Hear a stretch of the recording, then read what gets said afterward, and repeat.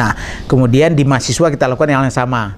Kita punya sekitar 9,5 juta jumlah siswa SMA, SMK dan madrasah aliyah, dan itu ada di 30.000 sekolah.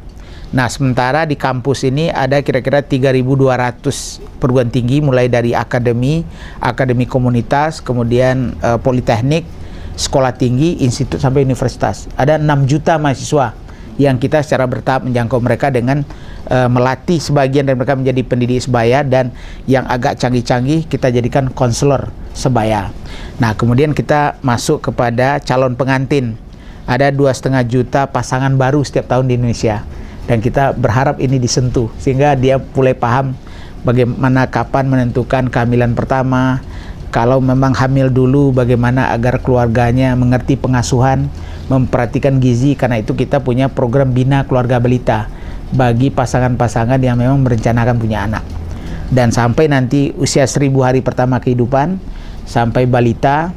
Dan kemudian selain dari BKB ini, Bina Keluarga Balita ini, kita juga kembangkan Bina Keluarga Remaja, supaya orang tua yang punya anak remaja juga bisa mendampingi anaknya dalam kesehatan reproduksi, dalam berdialog supaya pematangan usia perkawinan itu bisa ditentukan bersama.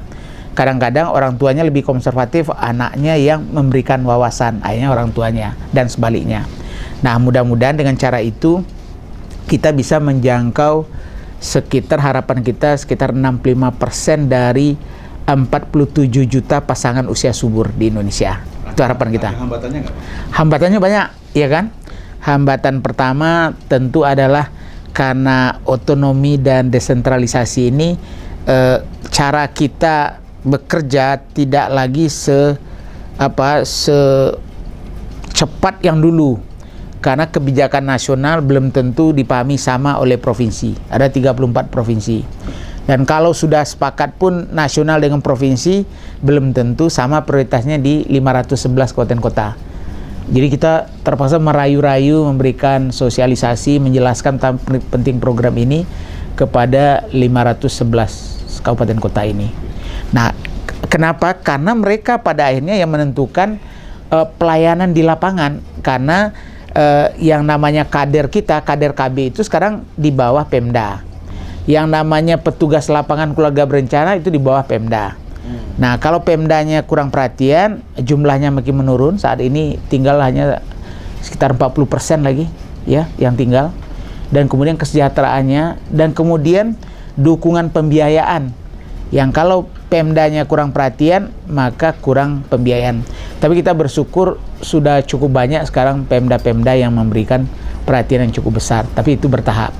Nah, kemudian yang kedua, hubungannya organisasi di masyarakat kayak PKK, kayak Posyandu. Betul. Dan karena tadi Posyandu, PKK itu tetap menjadi mitra utama kita, tapi kan itu pembinaan langsungnya sekarang kan oleh kabupaten kota.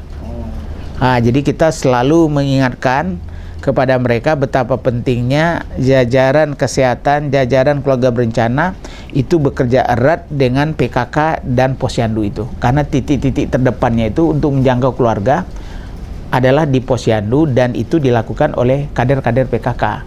Karena itu KB ini harus bekerja sama dengan kedua unsur itu.